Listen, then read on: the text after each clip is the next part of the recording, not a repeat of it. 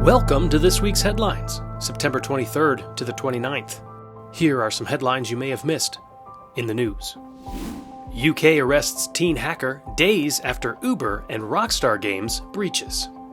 The City of London police announced this week the arrest of a teenager on suspicion of hacking. While the authorities were light on details, InfoSec community insiders were quick to link the arrest with the recent hackings of Uber and Rockstar Games. The arrest comes days after two breaches of major companies. On September 16th, an unknown hacker by the alias Teapot compromised an Uber employee's account and left messages on corporate Slack channels and Uber's HackerOne account.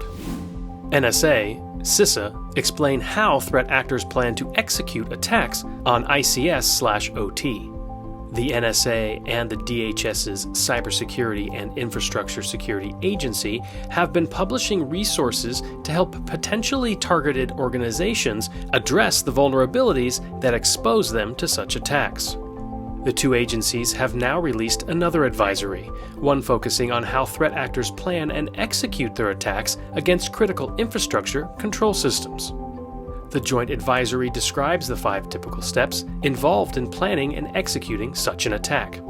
The agencies believe that understanding threat actors' tactics, techniques, and procedures, TTPS, can be useful for implementing protections and countering adversaries. Stay up to date on all the videos we release here at Archer by clicking on the subscribe button. Click on the bell to be notified right away when we release new videos. Digital natives more likely to fall for phishing attacks at work than their Gen X and Boomer colleagues. SailPoint survey finds that younger workers are also more likely to use company email addresses for online shopping and subscriptions. A new trust issues survey found that Gen Z and millennials should follow the example set by their elders to develop better cyber hygiene habits at work.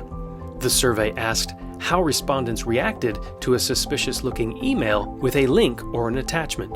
46% of Gen Z respondents said they would open up the link or attachment, compared to just 1% of Boomers, 4% of Gen X, and 29% of Millennials who also would take the bait. Do you have any questions about any of the news stories we covered in today's video? If so, let us help. Contact Archer today.